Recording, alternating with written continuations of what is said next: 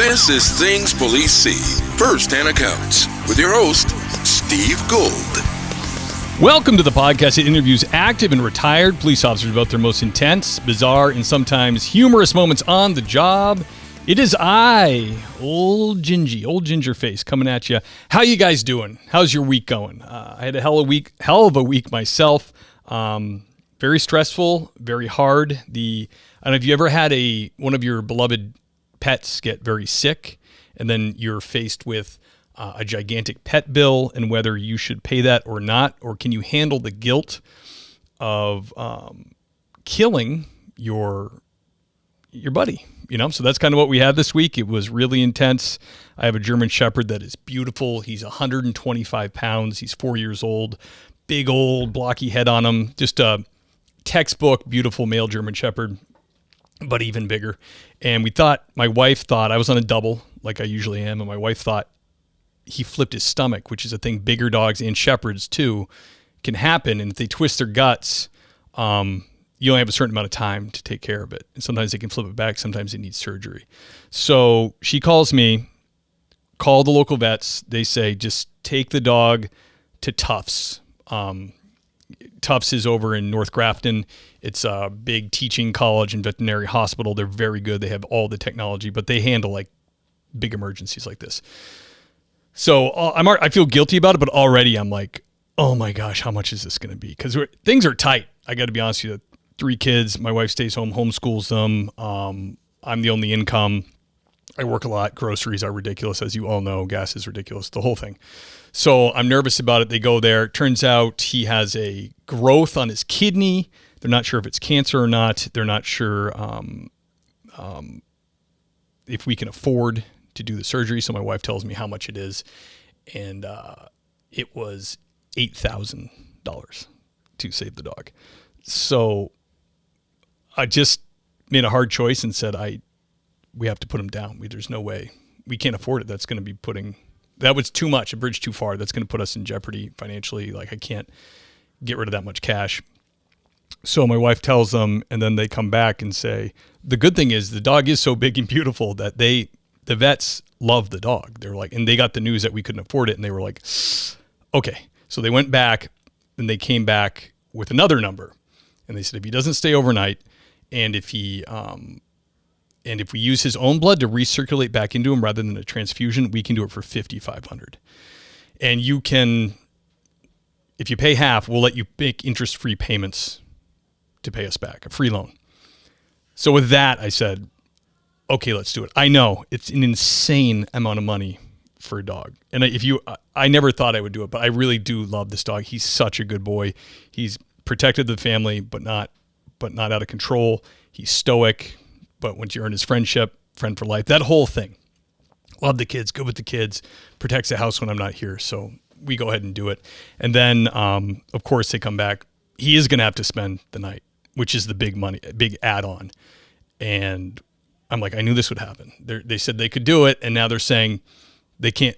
He has to spend the night. It's going to be thousands and thousands more. Well, they have a fund at Tufts for family pets that are like younger, in good shape, but have an affliction, for families that it would be hard for them to pay the bill. So they came back and said, we will cover everything over the original estimate that you were going to have to pay. So thank you, Tufts. Incredible. I guess to get this done, they actually get the doctors together. A number of doctors work on staff at a time, and they need a certain number of doctors to approve taking money from these funds. So they actually voted. They approved it for cash. He's home now. He's upstairs. He has a big scar. They took his kidney. They said they didn't see any other signs of any other problems. They don't know if it's cancer or not. They're going to have it tested.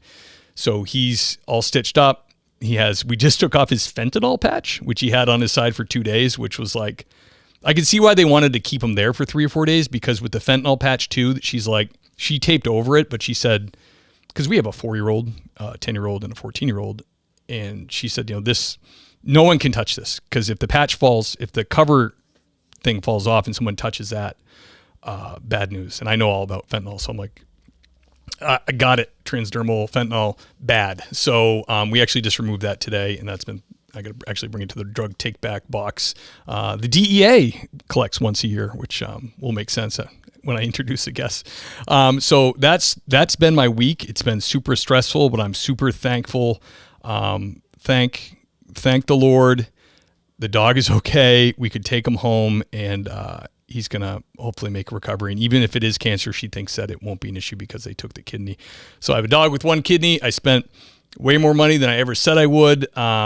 So that's kind of where I'm at. So I'm super, super grateful and happy about the situation. I thought I would just give a shout out for Tufts Veterinary Hospital.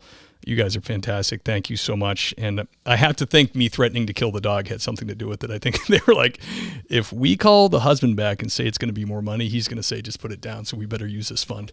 Maybe that has something to do with it, but whatever it was, it worked out for us. And yeah, that was my week. A lot of stress, but I'm so happy to be here on the podcast recording an episode. Thank you for all the rating and reviewing lately. If you love the show, rate and review 5-star, please.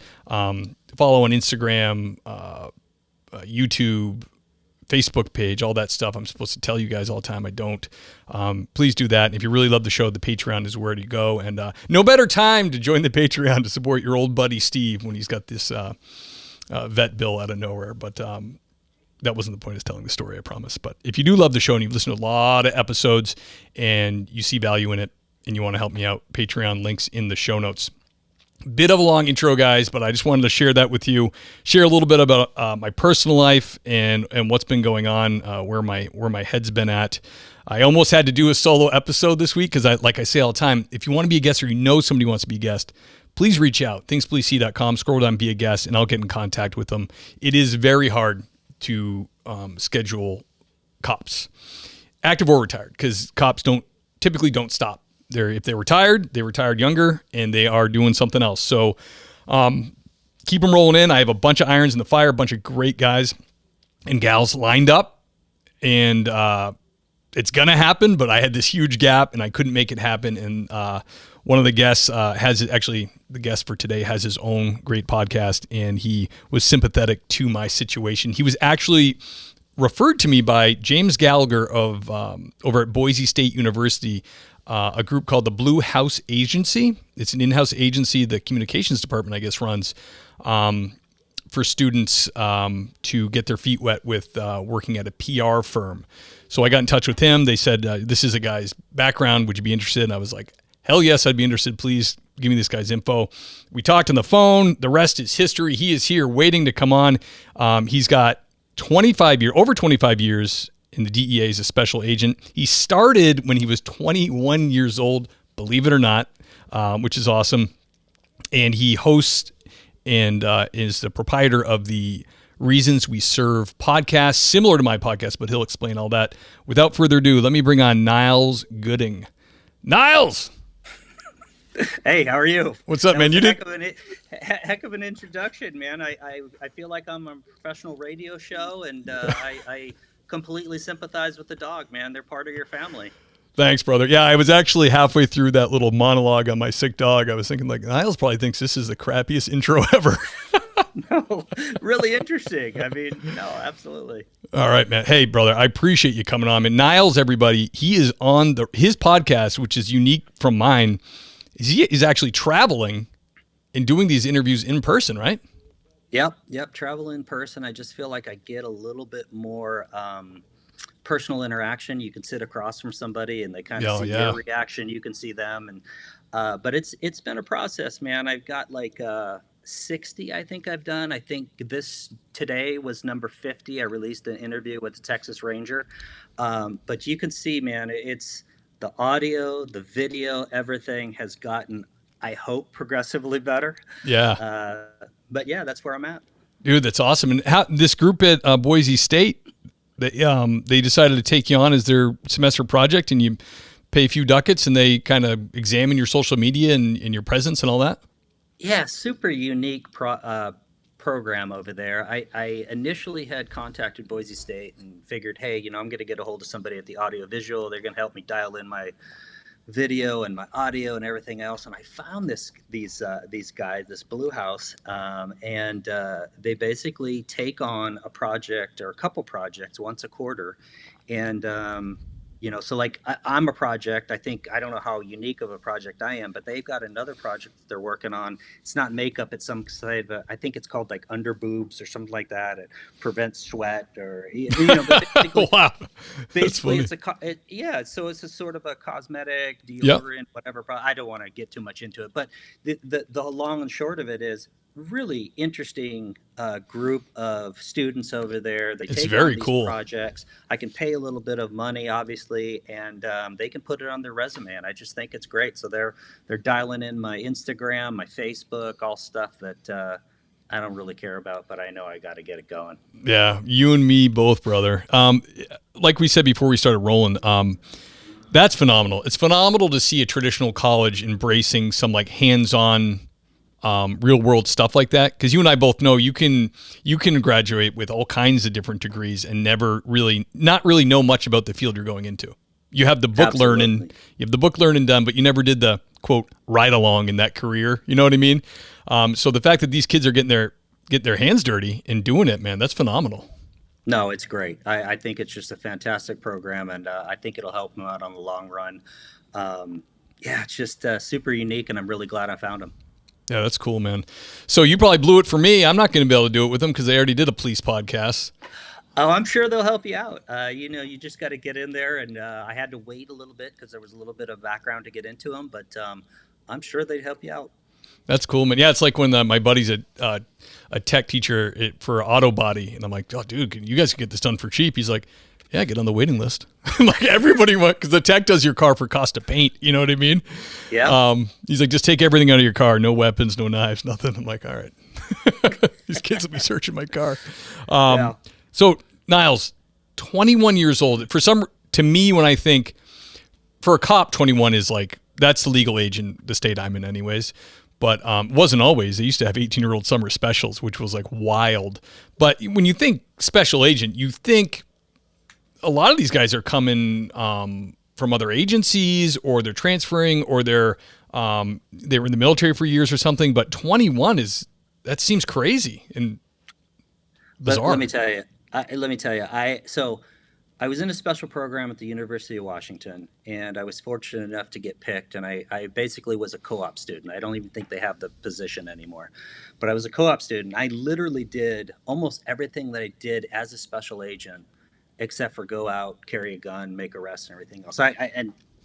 I'll tell you a side story about this. So I'm a co-op student. I'm going out on warrants with these guys. And so the very first group I end up in is a weed and speed group. So we're dealing with indoor marijuana grows and methamphetamine. So Clan Lab group. Weed and speed, I like it. Yeah. So I had been in enough marijuana grows that I knew what it smelled like. To this day, I know what it smells like. Growing marijuana, it's a very unique smell. And so I am out running as a college student one day, running around some neighborhood, and I go, what's that smell? And sure enough, I told my two roommates at the time, who were both special agents, I said, hey, I think there's a grow in this house. And, they did what they did and narrowed it down to the house. And it turned out, I think at the time, there did a warrant in the house. I think there were 3,000 plants in the house. And it was, at the time, I think the largest indoor marijuana grow ever found. Wow. But those guys, this will give you, and I'll get into it in a little bit, but those guys, obviously took me along on that search warrant. And as we're riding up to the van to go in, the whole team's ready. They're like, hey, do you want to take the Ram? I think you should do that. And I'm like, I've got no gun. I've got no vest. At this point, I'm probably 20 years old. And I'm like, worst case scenario, I get shot through the door. No, I'm not going to do it. Yeah. But they gave me the opportunity, and God bless them. But yeah, no, very, very unique situation that, as a 20-year-old, I start off, and literally when I turned 21, DEA offered me a special agent position, and I was at Quantico going through BA 88 as a kid, essentially. Becoming a special agent. Perfect for the physical aspect anyways, for the running and all that. But did you go through a standard background? Did they make you go through the big, huge background, or did they already have enough on you? Oh no, I mean, in order to even get that co-op position, they had to do a background on me. So that's why it was so quick. I mean, the day I graduated, they were like, "Hey, we've already done a full background." I think I had a TS clearance at that point anyway, even as a co-op student. So that's why I could get through the process so quickly. But I'll tell you, to the point of being 21 years old, I wasn't even the youngest one. I mean, I think I was the second youngest. There was another kid that was even younger than I was, but it was very, very interesting starting off Quantico, dealing with other guys that had been former military, former police, former, just all sorts of vast experience.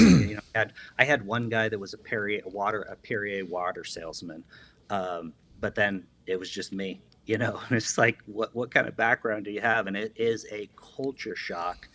But you survive the first week and you're like, okay, this is what it's going to be, and then you just go through it, and it was a great time. Yeah, you just play the game. This isn't the things they're saying to me. That they're not. They just want to test me. They're not. They don't think about me personally like this.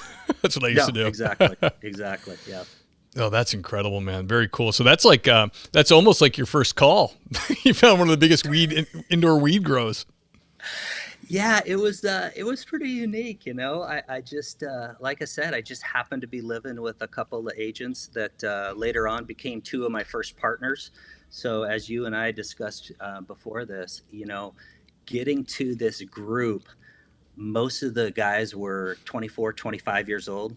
So as a 21-year old, I get out, and essentially, and we didn't even have a FTA program at the time. We later on, so for state and local, the FTO program, but we didn't even have an FTA program. So essentially, I get partnered up with my two roommates who are 24 years old. So I'm a 21-year-old getting supervised by 24-year-olds. That's crazy. That's great. You guys must have been special. I mean, certain breed of human. You were probably mature for your age. Had to be. It was. I tell you, it was the best time of my life. I mean, and I'll give you kind of a point, kind of a story here, because I know that you kind of asked about hot calls and stuff like that. And DEA doesn't really have hot calls per se. Yeah, it's a little different. Yeah. Yeah. But I'll tell you this. So um, literally first day on the job. First day on the job, my two partners made sure that I was going to go on a search warrant, and we go on a search warrant. We do our thing. I remember handcuffing the guy. It was my first arrest that I've ever made.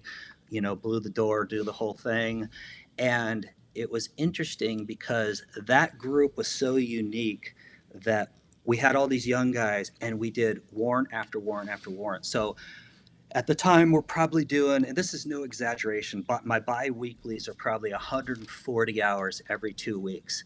But it's so much fun. I'm not Yeah. saying that I do it for free, but I do it for free. It was just such a great time. But the point about this is the group was so active that we were probably doing at least 3 warrants every week. And so this is kind of a learning lesson for law enforcement out there that's not only still on the job, but new on the job is, so I do that warrant and they go on for probably 2 months, right? And so you figure during that time I've done about 24 to 36 warrants. We go out to our first qualification after I get out of um, Quantico and get to the range, and on the line, hey, fire, ready, fire, pull the trigger, nothing. Oh. And I was out of the academy short enough that immediate action, no problem, tap rack, bang, but looked at the round that I had been carried for the last 3 months, 2 or 3 months, bad primer. Oh my gosh. What company was that? I think most of the time we were carrying federal. Really? Federal's pretty Yeah, good usually. I know that, and that's the scary thing, right? I mean, Yeah. It still happens. Yeah. absolutely. And so, but it's just kind of a learning lesson, even for active as well as younger guys, because I know in my time with DEA, I was a firearms instructor, and as time went by, we were really heavy into training, and we really, put in the time every quarter and did all the stuff. But as time went by, you become lackadaisical. DEA Complacency. change, Yeah. yeah, and DEA changes their firearm standards. So, I know a lot of PDs right now that you go out, you fire your 25, 50 rounds, and you say, "Hey, that's great. I'm done for the day," which is Yep. just it's rough. So I would tell everybody, just make sure you stay up on those standards and the tap rack bang and immediate action drills and everything else, because you never know when those are going to come in. Yeah, absolutely. I mean, I'm a firearm instructor now, and it's like you can see it in the eyes of some people when you're doing the tap rack drills or whatever, reassess, fire. It's like old hat to them. Like, yeah, we've been doing this for 20 years. It's like, yeah, but you want to keep it fresh, because that's one thing you're really going to want to. You want that to be your instinct to do that. So yeah. it's, but yeah. They figure, a lot of people, I've been on a job 20 years, never had a shooting. Well, it could be tomorrow, and you could have a failure. You know what I mean? You should definitely do it. Some people are just not into guns. Like probably 2/3 of the cops I know are like, it's like a contractor treats their hammer. They're like, I got to carry it. It's part of the job, but I don't really. People think all cops are into guns. They're really not. Most of them are not. It's interesting, because I was a firearms instructor for probably 20 years.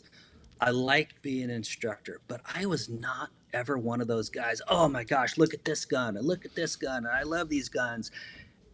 It's only after I retired that I'm like, ooh, look at that gun. That gun's kind of cool. And then you're looking at SHOT Show, and you're doing all this stuff. But I really enjoyed the teaching aspect of it. I enjoyed shooting, but I was just never kind of, I guess, what they call a barrel sucker. But it is what it is. Barrel sucker. I'm going to use that. That's great.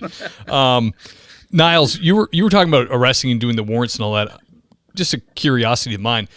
How would you typically book? Would you bring them to a county jail, local PD, or do you guys have your own booking facility or federal jail? Yeah, so typically what we do, at least in Seattle, because we didn't really have that later on in my career in Boise. But in Seattle, what we do is we had a booking facility right in Seattle, and in the DEA office. You'd go. We had holding cells. We had fingerprint, photographs and everything else. And eventually, we would just transport into one of the local jails, whoever was taking. We had FDC at the time, where that came on a little bit later. But whoever had the contract to hold them, that's where we'd take them. Okay, so they wouldn't ever be like, we're not taking them, or we're full, or any of that crap.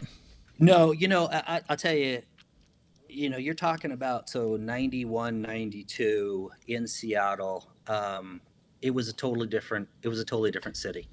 It was, I don't want to say law and order, but it definitely is not what it is now. I mean, they have just let the city just go to crap. Yeah. It's just different. I mean, here's a prime example.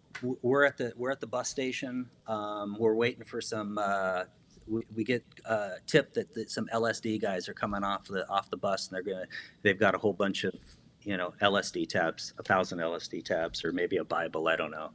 And we're sitting downtown Seattle, and me and my partners are there, and we watch the guy get off the bus.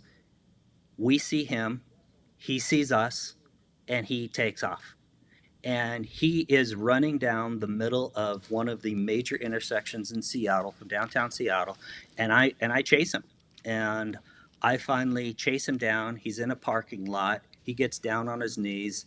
I put my foot to his back. I handcuff him up, and I look up, and there's this whole window, business complex window. I mean, 30, 40 stories up. And I've got people literally looking out the window. Watching the show. Jumping up and down, clapping, just giving me, hey, yeah, awesome. And I'm like, you could never expect that in Seattle now. Never. No. Yeah. Cops are leaving in droves. They can't hold on to them, which is such a shame. I heard them. Yeah. They were leaving. A lot of them were going to the Seattle, the port. I think the Port Authority up there or something. They were hiring cops because they pay really well, and Port plays very well. Yeah, Port plays very well. And then the mayor came on TV and was mocking the cops that left, kind of saying the port agency aren't even real police. I was like, wow. Yeah, that's good. Make sure you mock them because they'll really come back to you.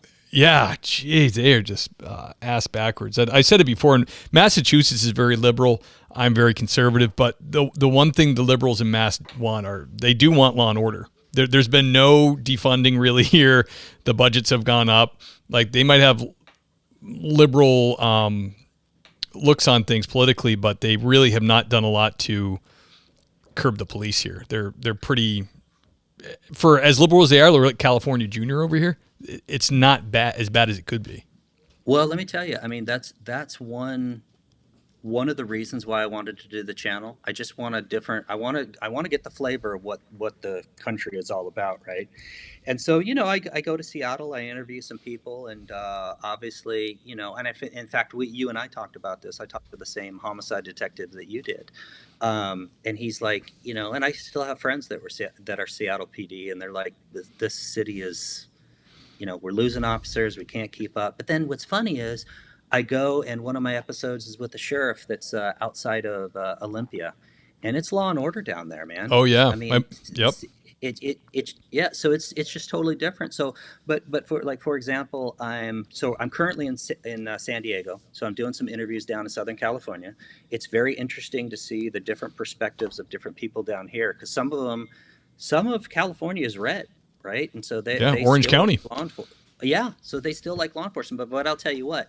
So this Sunday, I dropped an episode with the Texas Ranger, and Texas is just a totally different world. I mean, the guy's like, it's great down here. People love us. Law enforcement's awesome. I love my career. And I'm like, yeah, that's the way that it should be.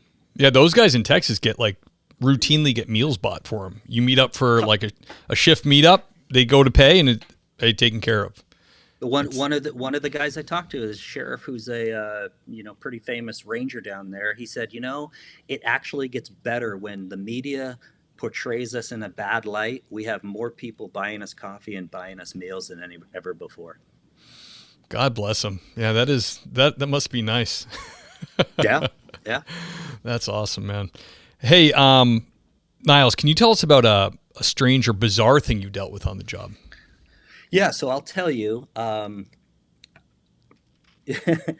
So one day, I'm in the Weed and Speed group, and so we're handling clandestine labs as well, so methamphetamine labs. So one day we get a call from a local PD who has just had a woman that's come in and said, "Hey, essentially, I've been kidnapped and held, and sexually assaulted, and all sorts of bad stuff is going on in this trailer. Oh, and by the way, they're cooking meth." I said, okay, great. So we end up getting a warrant, and we go in full SCBA. So you have for the people that don't know, it's kind of like scuba tanks and a big mask, and you're going in, making sure the house is clear of fumes and everything else. So we end up clearing the house, and it's all clear, and we're good to go. And so we start our search, and I don't know what it is, and maybe it's just the meth guys, right? But in this house in particular, there were handcuffs that were bolted to the wall, all sorts of bondage stuff. There was a blender that had a how explicit can I get on your Let podcast? it rip. Okay, so there was a blender with a dildo on it. There was a cordless drill with a dildo on it. So, you can see kind of the stuff that this woman had gone through as she's, hey, I've escaped this place, right? But, I had a guy that later becomes one of my best partners, and he's down there, and we're clearing this place, and this is just how meth guys are. There's all sorts of sexual toys and stuff everywhere else, but I like to call the story the poopy dildo story, which is he, of course, finds a little thing that's gone in a place that isn't my it ought thing, not but go. whatever. and keep in mind, I'm still in full Tyvek, all geared up, the whole thing. So, whatever. But he's chasing me around in this house, and it's like being a little girl going, get away from me. This is so freaking disgusting. But, like I said, that's the way the meth guys were. For some reason, they were into that. I mean, for example, we did another warrant at a place. It's 100 and some degrees out. We're in full Nomex, black Nomex. It's misery, but the fire department shows up, and as much as we like giving the fire department crap, they were great. I mean, just treated us great.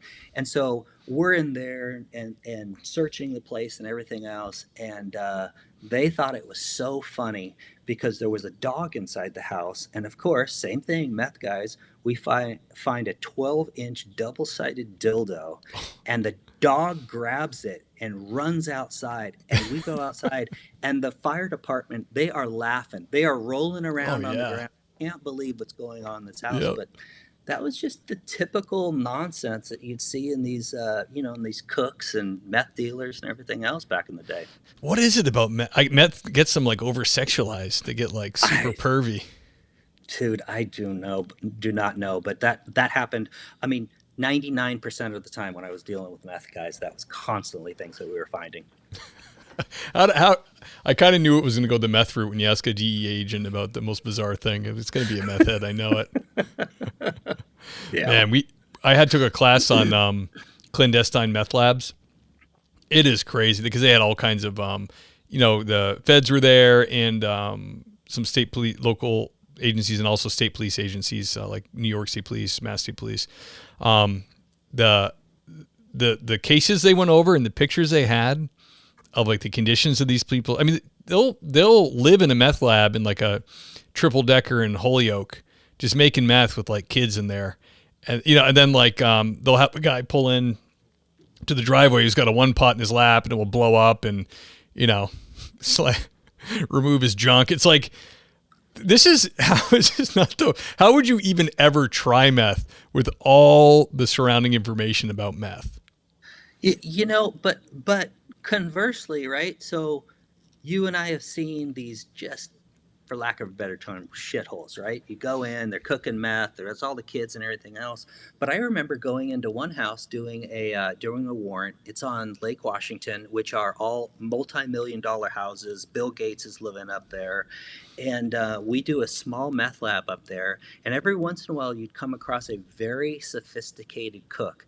Now, I can't tell you what the chemical was, but we got done cleaning that thing up.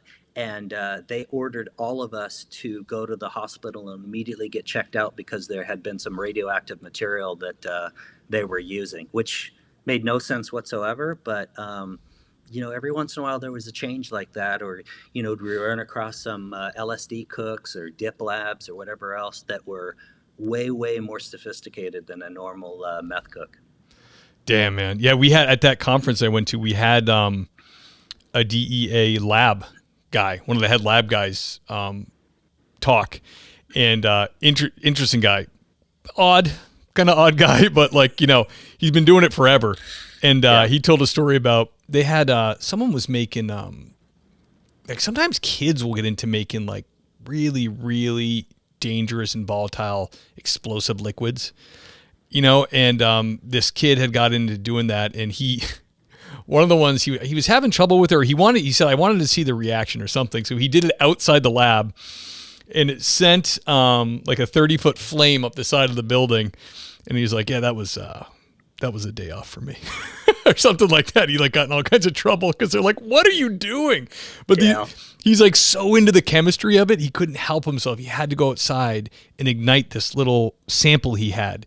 And the tiny sample he lit was like, kaboom! I was like, dude, you are insane.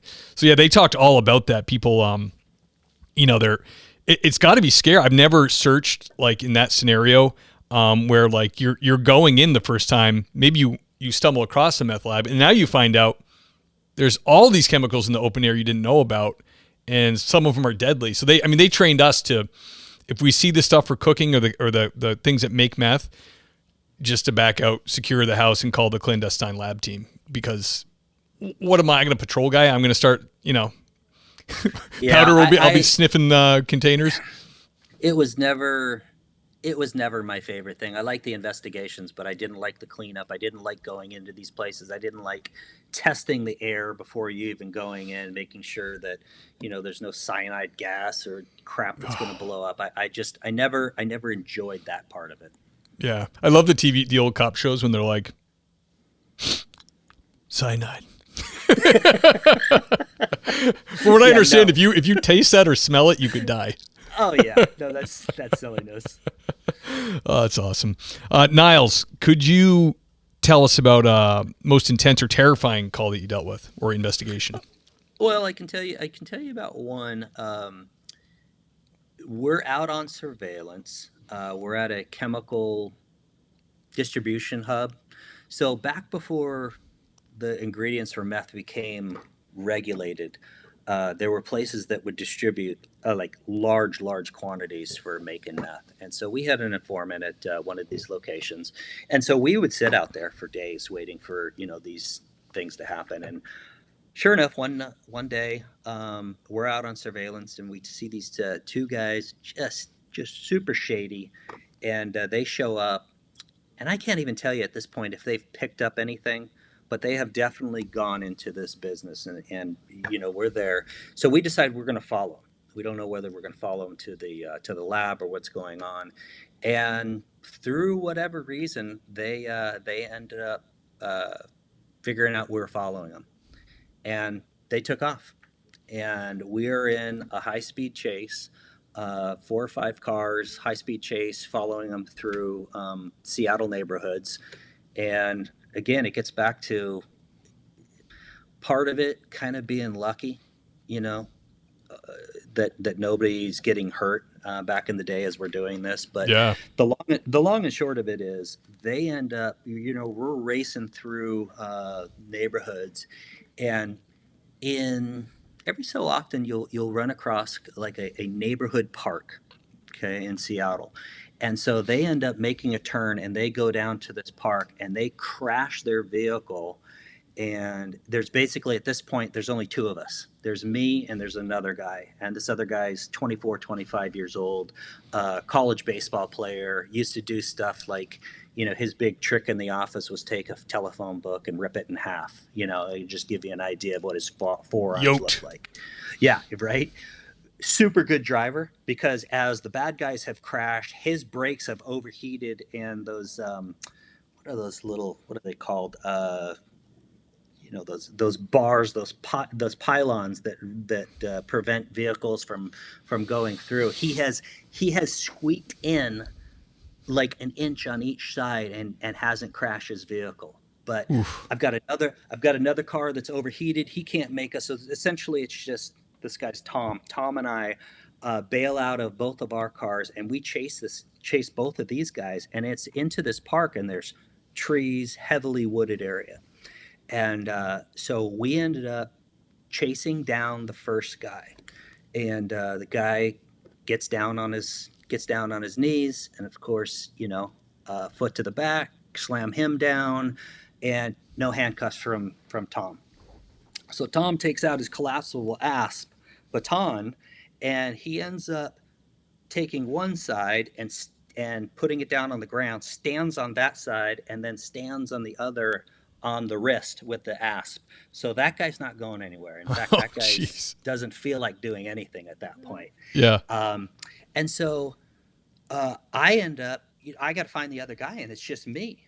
And I'm like, oh my gosh, what am I, So sure enough, I'm off through the woods, and I've got my gun out, and I'm, keeping it close to me because, as I'm doing slicing the pie on these trees and everything else, I don't want these guys, grabbing my gun and everything else. But I'm like, I might have to shoot somebody down here. I can't believe what's Oh. going on. And eventually, I end up slicing the pie on one of these trees, and I find him. And of course, I immediately get him up and tell him, "Look, I'm gonna kill you if you do anything bad out here, because it's just basically you and I, and I'm not." risking my life for years. Yeah. And luckily for him, he did the right thing, and I took him back to Tom and handcuffed him up, and then the cavalry arrives, and you got SPD and everybody's around us, and we get these guys. But it's just one of those things. So combine a high speed chase and this down city streets and stuff like that, and then just chasing these guys into a wooded area, and you just don't know what's going to happen. So luckily everything turned out all right. Damn. So as a special agent too, I often think about this, a few things. When I go to pursue or pull somebody over, I'm in a fully marked car. The lights we have now are like, bam, bam, bam. I mean, there's no mistaking it. They're obnoxious. At nighttime, they actually have now installed on these units low power mode, so you can tone the lights down because people can't friggin' see. Like they're trying to get over so they don't hit you, but they legitimately cannot see because the lights are so friggin' bright. Anyways, no one's gonna mistake me in that car. With a special agent, depending on how your car's rigged up, is completely unmarked. You guys are not in uniform. You're dressed probably in business casual or suits. And on top of that... Don't say that. What? Suits. No. Well, maybe now they dress like you wear 5'11" pants. Well, no. Okay, so let me so let me go back to, first of all, going back to that chase, they had masks, they had duct tape, they had all sorts they were doing armed robberies all around the city as well. So I want to throw that in there. So now, in terms of what you're saying, right? It drove me batty. So one of the things out of Quantico, you're always making sure that you have police gear on. So I always had vests that always said police. So there was never, in fact, mine never even said DEA. Maybe on the back, DEA federal agent, but I always had stuff that said police. So there was no mistaking that this was law enforcement, right? Right. So to your point, I'm going to tell you a funny story about the suits thing, right? So again, my group, super young, everything else, we're always in jeans and t-shirts. We're always on the street. And at one point, one of the ASACs get pissed because he doesn't think we look professional enough. So what does he do? He says, guys, you can no longer wear blue jeans. And okay, so being 24, 21 years old, we're like, okay, no blue jeans. But he didn't say anything about gray jeans, and he didn't say anything about black jeans. And it's like, they finally would just give up on us, telling us this stuff. It's like, right. We're making so many arrests, just leave us alone. Just let us do the job. But getting back to, so anyway, sorry, I'm going all over. But getting back it's interesting. To your car, so getting back to your car thing, I always made sure that wigwags, sirens, radios, blue lights. Now, in the beginning, it was silliness because in the very, very beginning, you'd have those stupid bubble lights that you put on popcorn maker. Yeah, it's like, what are we, Adam 12, out here undercover.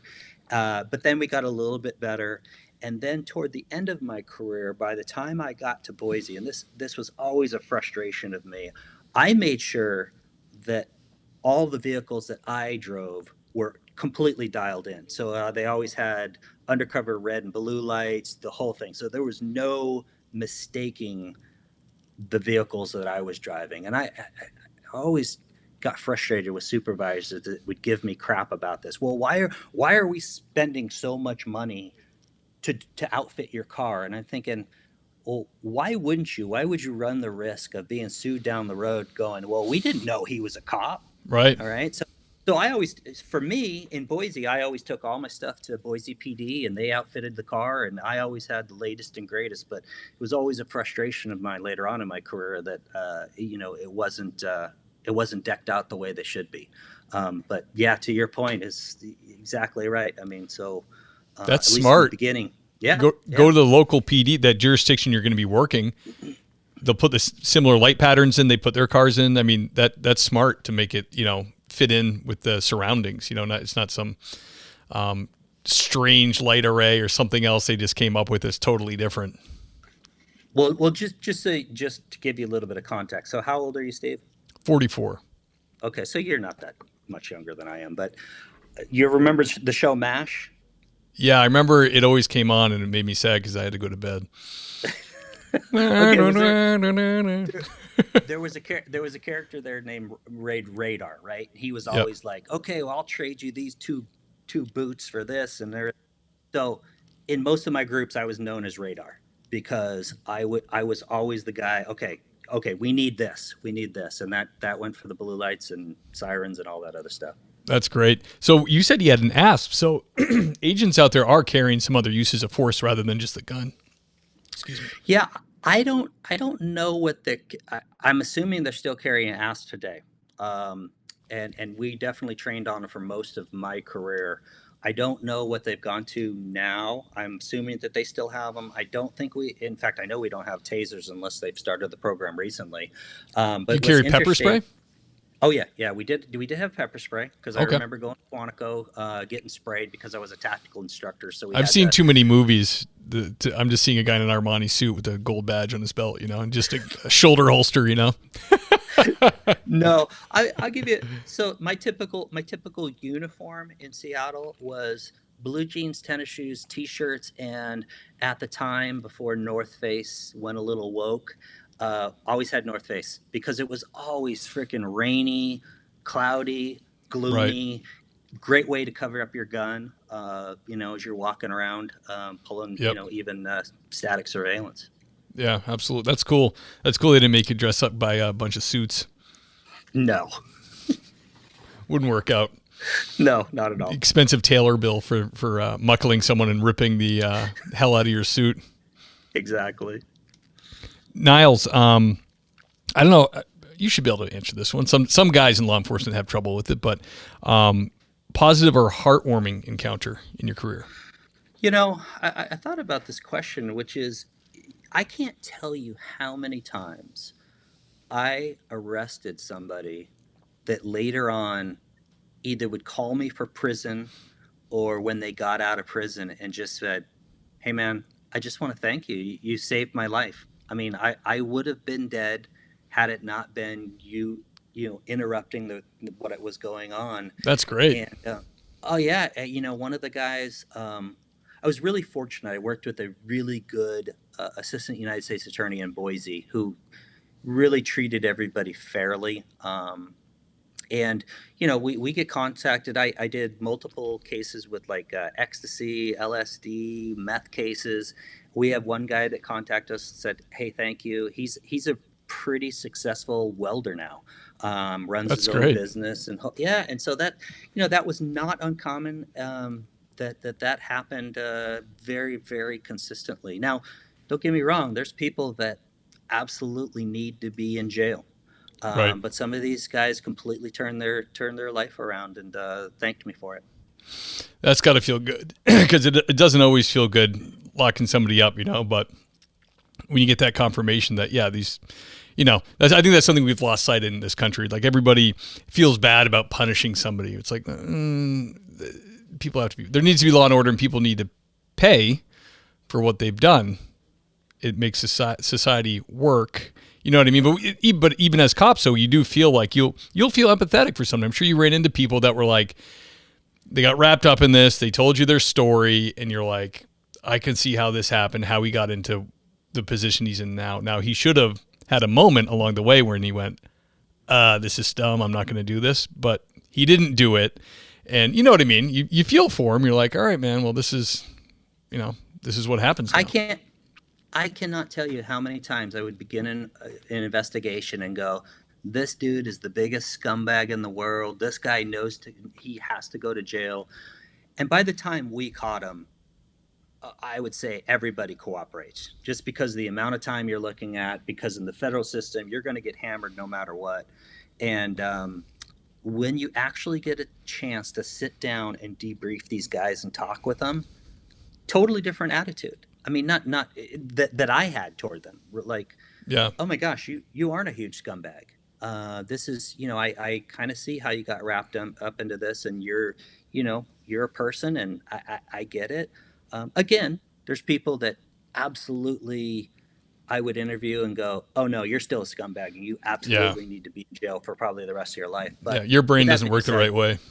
yeah, but for the most part, it always changed. It was always like, you go into it thinking one way, and you're like, oh, you're not such a bad guy. So yeah.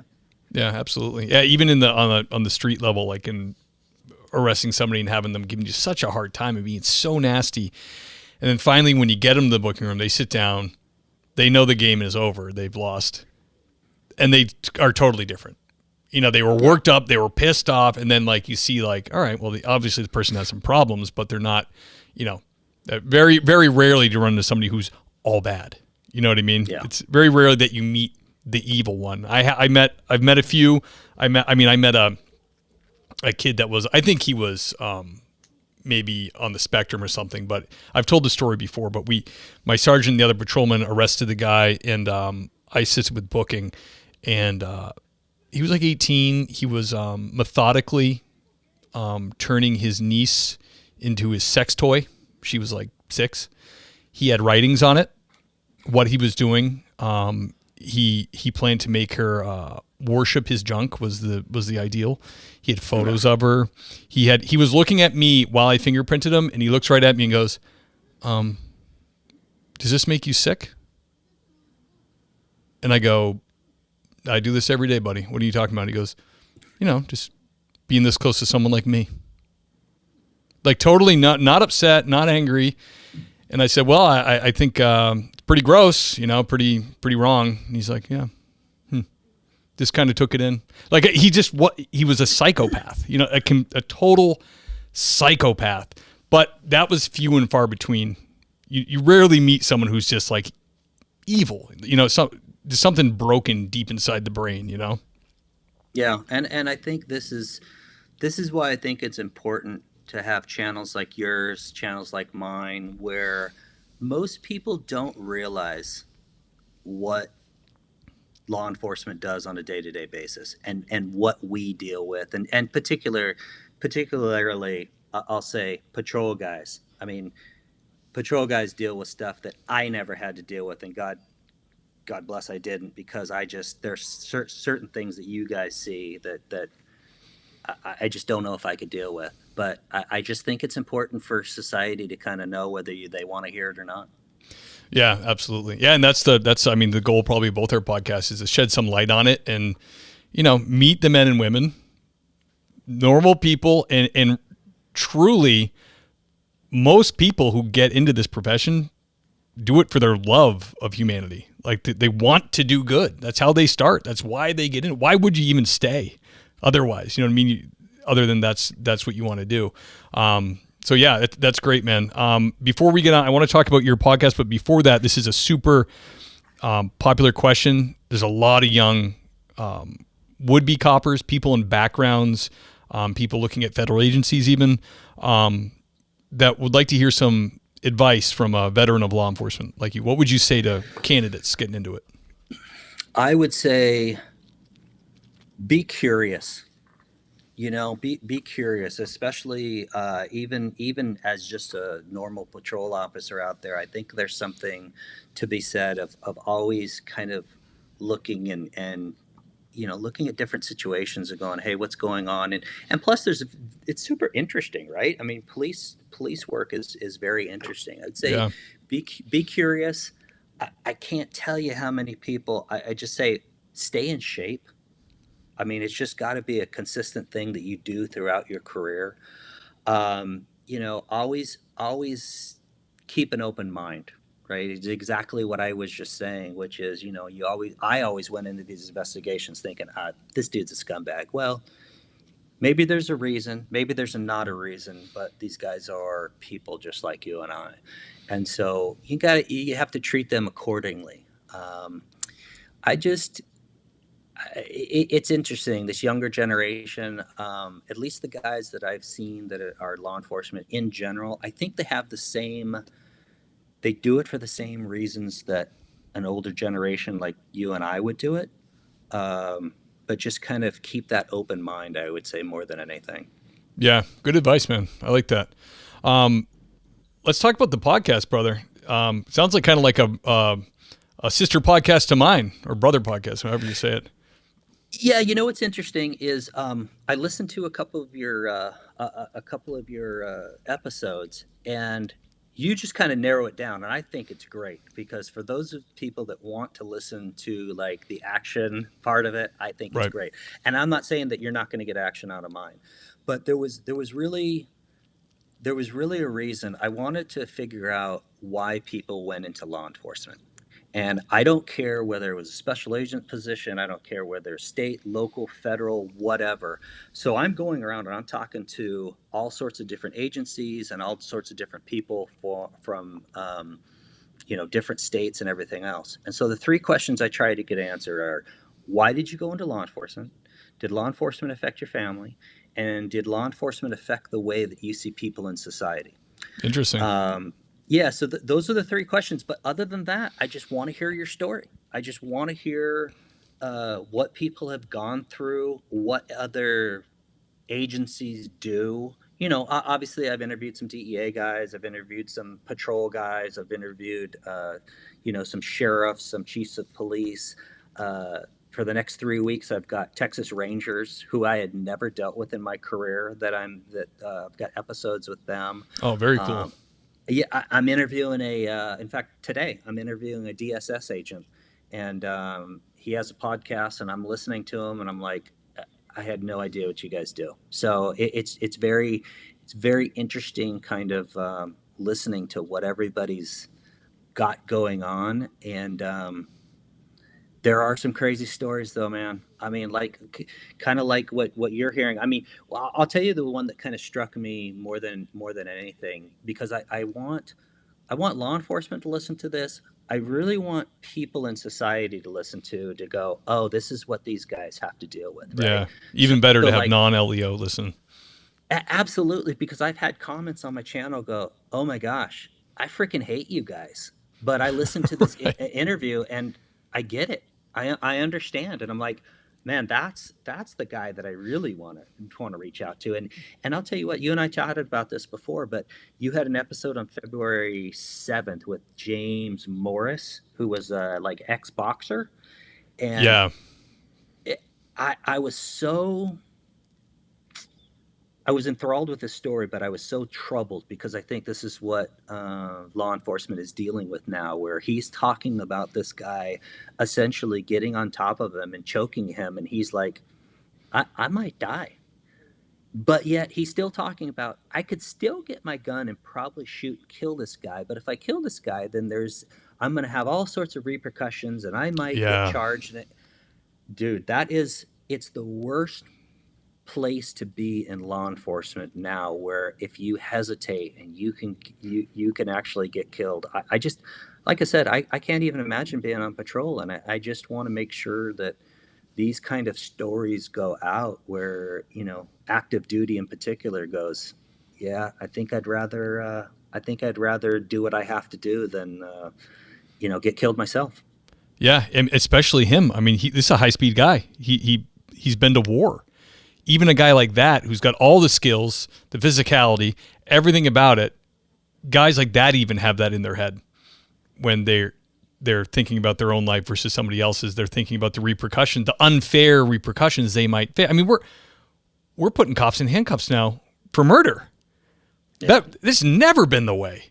Never been Yeah. the way. And it makes no sense. There's no do the investigation. You know what I mean? Like, it's madness, and it is scary out there when you start talking about that stuff. Yeah, no, it is. It's totally insane. And kind of as a side note, I mean, like I said, I think your podcast is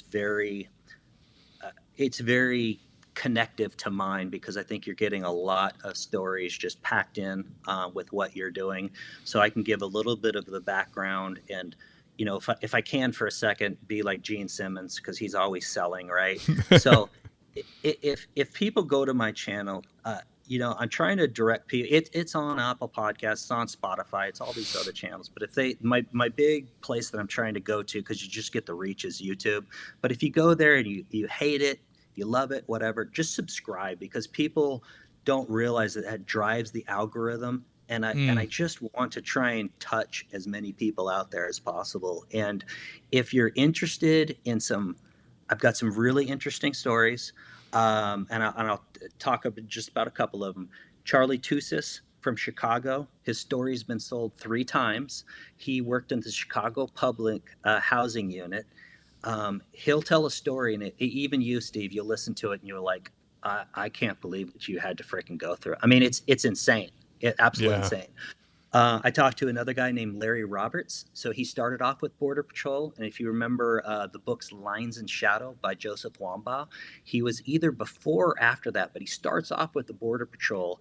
And basically, they're doing undercover on the border between, San Diego and Mexico. And they're just chasing guys who are rape, robbing, and killing people. And, he told me he had all the stats. So it's like, most officers don't ever fire their gun and relatively shoot, never shoot at anybody. But he had the stat. I don't know what it was, but he goes, if you actually do shoot somebody, then the statistics go up that you're going to get into another shooting. And he goes, well, how do you account for me? I've gotten like 14. I mean, wow. They were shooting people and going after these banditos down in no man's land on the border. And then he later on becomes a DEA agent, and all the stories he's telling me are just like Sicario. I mean, he's telling these stories. I'm like, holy crap, I can't believe it. And then the last one is I just dropped an episode with, and this is like a famous story. There's a YouTube channel that's got like 20 million views on this. It's Rangers versus Crips. And it just so happens that the Ranger who was involved in this whole shooting with Crips gang members in '89 in Tacoma was a DEA tech unit, my tech agent. And so he tells this story about this shooting happened when he was in the military, and just really, really fascinating story. But if you want to laugh, I did a second part with him, and listen to the story about him going undercover. And I promise you, you'll have tears in your eyes. Sounds amazing, bro. Sounds like a great podcast. Absolutely. You can get it anywhere, all major platforms. They can download it. Specifically, go to YouTube, check it out. And you're so right about that. When I started this podcast, I did it for a year, and I got guys from LAPD and the surrounding agencies to tell these stories that to me were like, no credit to me. It was just, they were incredible. And I was getting no listens, like none. I'm like, I was told if you put out a quality product that you'll do good. You know what I mean? Because you hear these stories about these podcasts. Or I did it for a month and I get 100,000 downloads a month. And you're like, oh, cool. That will be me, obviously. And then I'm talking, these stories are incredible. And it took like 2 years to really get the audience to find it. And you have to start to think especially when you're in the LEO, the blue ocean, they say, you start to feel squashed with algorithms. You have to think like, is it figuring out that this is not just about police brutality, but this is actually pro-police? This is like police officers talking. You start to feel like, am I not making it to the suggested list? You know what I mean? That type of thing. 100%. It just kind of feels like it. Yeah, I can't tell you how many times I drop a video and go, oh, this is going to be one that watches a lot. And then I go, maybe YouTube doesn't want this to be seen. Yeah. Yeah, it's crazy too, because I'm sure you experience this. I'll get emails from people that are like, love the show. I've listened to every episode. So like when someone actually finds it, they love listening and they listen to all the podcast, and you're like, wow, so this is like, it's good content. Like I'm getting confirmation here all the time, but I'm just not getting like the broader, the bigger spill out. But hey, well, Steve, what drives me crazy is you have channels out there that are reaction channels, and I watch them. I like them, right? But you're watching somebody react to what Ben Shapiro says, or right. some other, and they have like 100,000 or 200,000 or 300,000, and then like, wait a minute, guys like Steve and I are putting out original content, and I've got like a couple hundred subscribers. How does that work, right? It makes no sense to me whatsoever. Yeah, it takes a long time. It just does. But man, the project you're doing is incredible. It's so cool you're going to see people face to face. If you ever come to Massachusetts, I'd love to sit down with you. It sounds like a great time. There. I'll be there eventually. Excellent, man. I love it. And let me ask, are you married, single? Does your wife support this? Does she travel with you? I'm married. She's actually in the room right now. I have my headphones in, so I can't hear if she's laughing at me or mocking me, which is consistently a thing. My wife told me when I was still with DEA that I really wasn't a real cop, which, maybe she's right, but that'll give you the attitude of how it is at my house. But yeah, she traveled. She loves to travel. So that's great. Yeah. So I sometimes I feel bad with her because, she'll go along on some of these interviews and it's like, yeah, I don't think this is their thing, but she's been a good sport about it. I'm sure she's heard enough cop shop talk over the years, or she doesn't need to hear the interview. Just take good care of her when you're traveling, and all will be well. Yep, for sure. That's awesome, man. Well, brother, I really appreciate you coming on the show. It was an honor to have you. Great stories, and I'm really glad we made this connection. Are you good to? Oh, actually, give your social media too. So make sure we get that out there. Okay, so I'm on Twitter at Reasons We Serve, or Twitter or X now. I'm working on getting my Instagram page out, so I do have a Twitter at Reasons We Serve. I have a Facebook page. Again, the students at Blue House are getting all that dialed in for me, so I should have a Facebook page up. YouTube, Spotify, iHeartRadio, just about all the major platforms. If anybody wants to email me for interviews as I go around the country, reasonsweserve@gmail.com. That's kind of the easiest way to get a hold of me. Okay, perfect. And I will put a link in the show notes to your podcast, and I can put your email there too if you want. Yeah, appreciate it. Awesome, brother. Hey, I'm going to do the outro for the show. Thank the Patreon sponsors. I know you got another interview to prep for. Do you want to hang out for a couple minutes and I'll get back with you, or we can just talk later? Yeah, no, I'll hang out with you. All right, I'll be right with you, brother. The great Niles Gooding, guys, great stories, really fun conversation. Thank you to him for coming on. This is a time in the show when I thank the Patreon sergeants. There's 2 levels you can get, patrolman or sergeant. If you do the sergeant route, you will get a shout out on the podcast. Who I'm talking about is the great and powerful Andy Biggs, Greg Gadboy, everybody, Adam Mihal, ladies and gentlemen, the great Chris Jude, Gary Steiner, the great Jake Pinedo, John Shoemaker, everyone, Lauren Stimpson, the handsome Lane Campbell, Seth Wright, James Rose, the great Tony Fahey, the Admirable, Ben Peters, Jason Lau, everybody, don't mess with him, Sasha McNabb, the great Scott Minkler, Tammy Walsh, holding it down at dispatch, William James Ong, that's Deputy William James Ong to you, Sean Clifford, Dennis Carrasquillo, everybody. Can't believe he's here. Iceman from Motor Cop Chronicles. Check him out. Check out his podcast. George Tessier, see you at church, brother. The great Scott Young. Thomas Connell, everybody. Dan Carlson from Burley Boars. Check him out. Amazing woodworker. Doug and Kelly Newman. I'll see you at church, you guys. Love ya. Elliot Sykes. The great Richard Tolles. Keep on trucking, brother. Stay safe out there. Christian, ladies and gentlemen. Brad Thompson. Kyle Roberts. The great Nancy Hammond, everybody. Zach Haney, Clark Lucuff, Adam McMahon, Ossifer, Andy, love having you, my man. The great Sheriff Ronald Long. Bentley Barnett, good to have you, brother. Thank you. Jason Labrie, ladies and gentlemen. Zachary Fleet, J.A. Family, thank you. And the great Jessica King. Whew. Guys, the list is getting long, and I like it. So if you love the show, you want to keep the boat afloat, Patreon is a place to do it. The show link is in the notes, and I will see you guys next week.